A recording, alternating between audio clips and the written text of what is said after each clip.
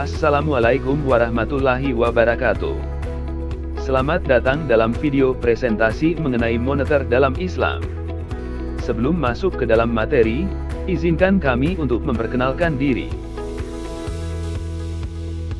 Kami adalah mahasiswa program studi Magister Manajemen, Fakultas Ekonomi dan Bisnis, Universitas Paramadina, tahun 2023. Video ini merupakan tugas dari mata kuliah Sistem Ekonomi dan Keuangan Islam. Kami adalah kelompok 9 yang beranggotakan sebagai berikut. Yang pertama Antonius Dani Wibowo, NIM 223110027, yang kedua Mia Dian Kamila, NIM 223110055, yang ketiga Miftah Jiwa NF, NIM 223110079.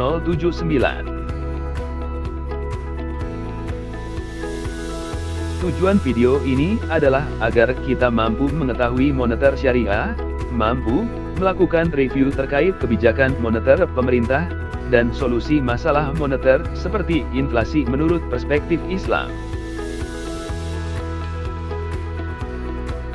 Poin utama yang akan kita perdalam dalam video ini adalah 1. Uang dalam pandangan Islam. 2. Kebijakan moneter tanpa bunga. 3. Kebijakan moneter dalam Islam. Nah, sekarang, mari kita jelajahi konsep, asas-asas, lembaga keuangan, dan produk-produk dalam sistem moneter syariah.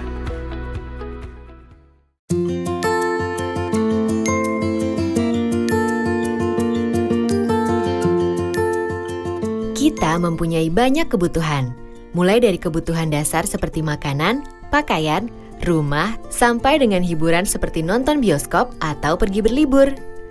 Untuk bisa memenuhi berbagai kebutuhan tersebut, kita memerlukan uang.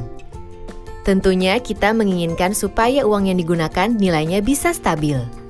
Coba bayangkan apabila uang yang kita gunakan nilainya berubah-ubah atau bergejolak. Contoh ekstrimnya, hari ini untuk berbelanja kebutuhan bulanan, kita harus mengeluarkan uang Rp500.000. Tiba-tiba bulan depan ketika kita belanja bulanan lagi dengan jumlah barang yang sama, harganya naik jadi 2 kali lipat. Dengan uang yang ada saat ini, kita hanya mendapatkan setengah dari kebutuhan bulanan kita. Artinya, nilai uang kita telah berkurang separuhnya. Kenaikan harga yang berlebihan dan terjadi dalam waktu singkat seperti ini akan membuat kehidupan masyarakat menjadi semakin sulit. Fenomena kenaikan harga berbagai barang dan jasa secara terus-menerus disebut inflasi. Perekonomian pada dasarnya membutuhkan inflasi dalam tingkat tertentu dan wajar untuk dapat tumbuh. Namun, inflasi yang terjadi secara berlebihan akan sangat merugikan kehidupan kita sehari-hari. Jadi memang terbukti sangat penting kan untuk menjaga stabilitas harga atau nilai rupiah kita. Lalu, siapa yang bertugas menjaga dan memelihara kestabilan harga di Indonesia? Nah, ini adalah tugas dari Bank Indonesia sebagai bank sentral. Bank Indonesia bertugas untuk melaksanakan kebijakan moneter yang salah satu bentuknya adalah menjaga kestabilan harga. Dengan kata lain, BI berusaha menjaga tingkat inflasi berada dalam target yang ditetapkan oleh pemerintah setelah berkoordinasi dengan BI. Untuk tahun 2015, 2016, dan 2017, target inflasi masing-masing ditetapkan sebesar 4 plus minus 1%, sedangkan tahun 2018 sebesar 3,5 plus minus 1%. Nah, bagaimana cara BI untuk mencapai target inflasi tersebut? BI memiliki beberapa instrumen kebijakan moneter yang dapat digunakan. Tapi yang paling penting dan sering digunakan adalah suku bunga kebijakan BI atau biasa disebut BI Rate. Keputusan menentukan tingkat BI Rate dilakukan oleh Rapat Dewan Gubernur Bank Indonesia. Pengambilan keputusan terutama didasari oleh prospek pencapaian inflasi dan kisaran targetnya. Penentuan tingkat BI Rate ini akan mempengaruhi ekonomi dan inflasi di masyarakat. Apabila Rapat Dewan Gubernur BI melihat indikasi resiko meningkat dalam perekonomian, seperti jumlah uang beredar terlalu banyak, defisit transaksi berjalan membesar, utang luar negeri naik, tekanan inflasi ke depan diperkirakan lebih tinggi dalam kisaran targetnya, dan resiko faktor-faktor lain yang penting, maka BI akan menaikkan suku bunga BI rate untuk mengendalikan resiko inflasi tersebut dan menjaga ekspektasi masyarakat. Di sisi lain, bila BI memandang tekanan inflasi ke depan terjaga, uang beredar cukup dalam perekonomian, serta resiko ekonomi terjaga, BI rate dapat diturunkan. Namun kita juga perlu tahu bahwa inflasi di Indonesia juga dapat ditentukan oleh faktor lain, yaitu harga bahan makanan atau volatile food, dan harga barang akibat kebijakan atau administered price. BI juga menjaga inflasi di daerah tetap stabil. Caranya, BI bekerja sama dan berkoordinasi dengan pemerintah melalui forum kerjasama yang dinamakan Tim Pengendalian Inflasi Daerah. Bagaimana BI rate dapat memengaruhi tingkat inflasi? BI rate tersebut akan ditransmisikan melalui berbagai jalur seperti jalur suku bunga, jalur kredit, jalur nilai tukar, jalur harga aset, dan jalur ekspektasi. Jalur-jalur tersebut dinamakan transmisi kebijakan moneter.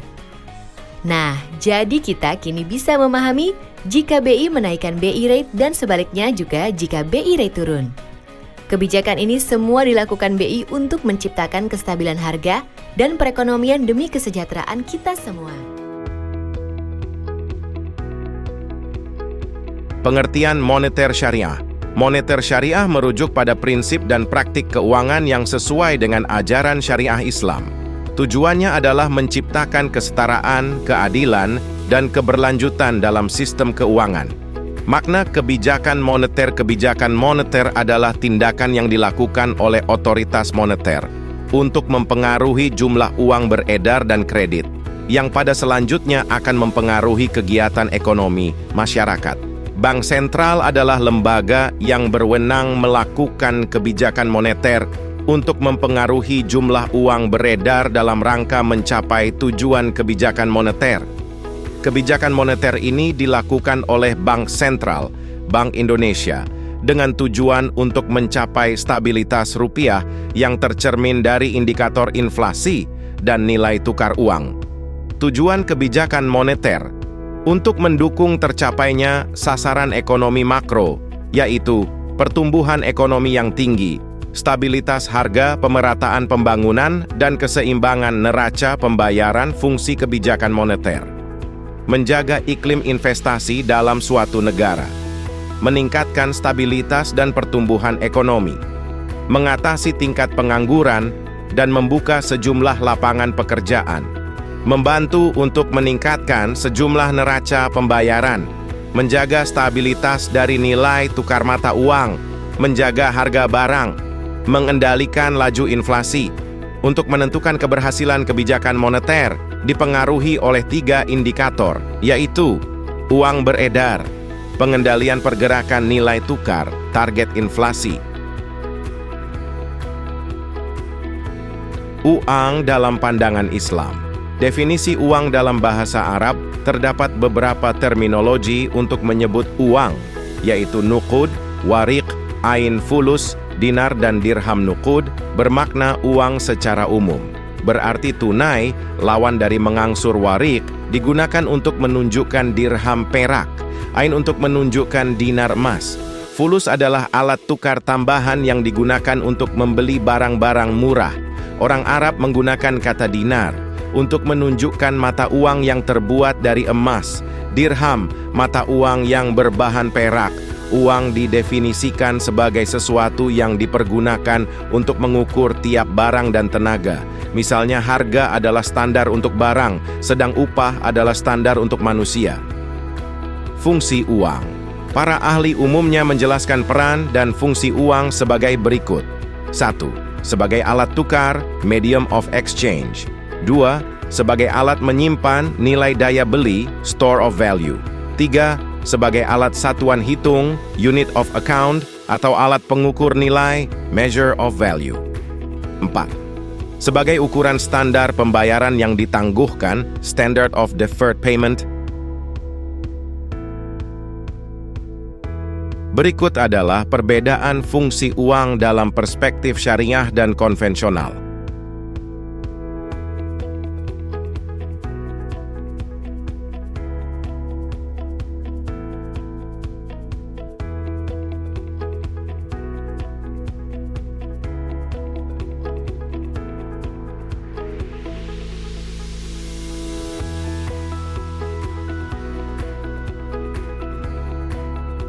Macam jenis uang dapat dikelompokkan menjadi 5 macam, yaitu 1.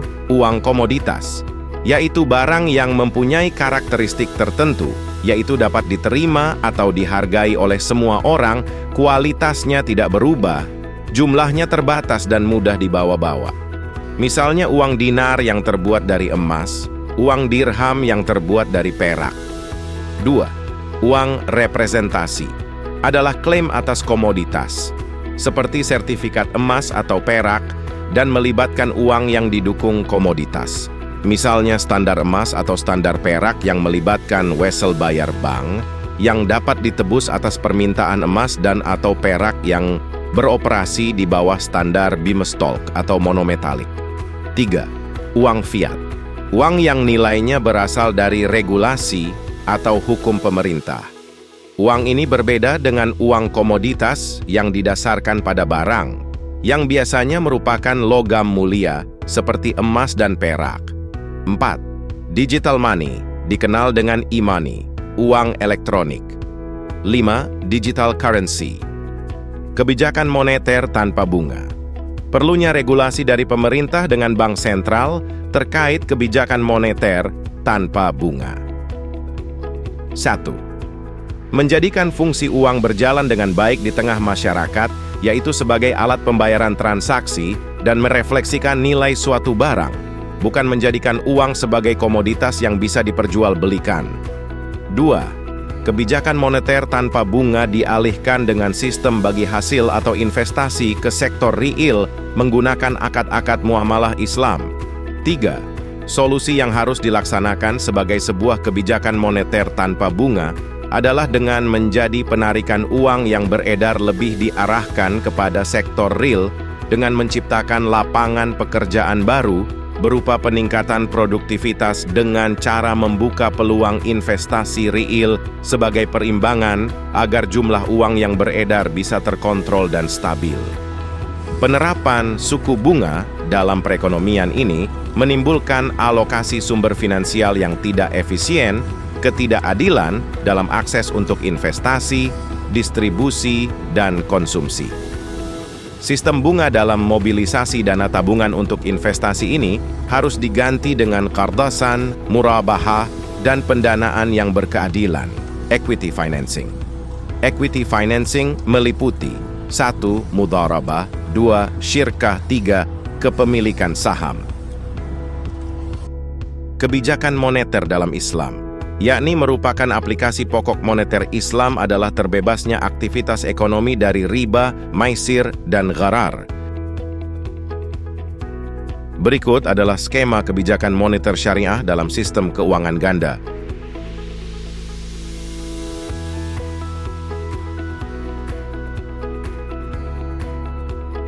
Tujuan kebijakan moneter Islam, sebagaimana dijabarkan oleh Rifki Ismail 2018, adalah 1. Stabilitas nilai uang. Maksudnya, bank sentral dapat melakukan ekspansi moneter untuk meningkatkan stabilitas nilai uang melalui pertumbuhan ekonomi yang tinggi, serta ekspansi moneter dilakukan bukan dengan fiat money creation, tetapi realokasi likuiditas dari pihak yang mengalami surplus likuiditas kepada pihak. 2. Kesejahteraan ekonomi optimal dengan pemenuhan lapangan kerja dan tingkat pertumbuhan ekonomi yang optimal. Economic growth and employment. Maksudnya ialah kebijakan moneter berkomitmen untuk meningkatkan pertumbuhan ekonomi dan menurunkan tingkat pengangguran, dilakukan bersamaan dengan pemerataan kesejahteraan dan relokasi likuiditas di atas berakibat kepada meningkatnya kesejahteraan, meningkatnya kebutuhan tenaga kerja, dan menurunnya inflasi. Sumber-sumber ekspansi moneter Islam, yaitu A. Pembiayaan defisit APBN, B. Ekspansi moneter karena fiat money creation via simpanan di perbankan, C. Surplus perdagangan internasional. Sukuk sebagai instrumen moneter juga sebagai variabel intervening yang dapat mempengaruhi penawaran dan permintaan uang dapat mengembangkan formulasi sendiri dengan menyesuaikan definisi variabel yang ada menjadi definisi yang relevan dengan suku. Adapun alur suku dalam memberi kontribusinya pada kestabilan ekonomi sebuah negara tercermin dalam gambar berikut ini. Bank Indonesia yang merupakan bauran kebijakan antara kebijakan konvensional dan syariah, posisi ekonomi keuangan syariah dapat digambarkan sebagai berikut.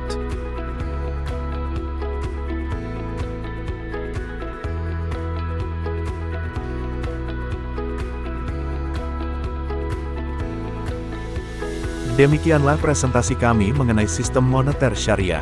Terima kasih atas perhatian Anda. Jangan lupa untuk like dan subscribe dan tinggalkan pesan Anda di kolom komentar. Sampai berjumpa kembali dalam video berikutnya.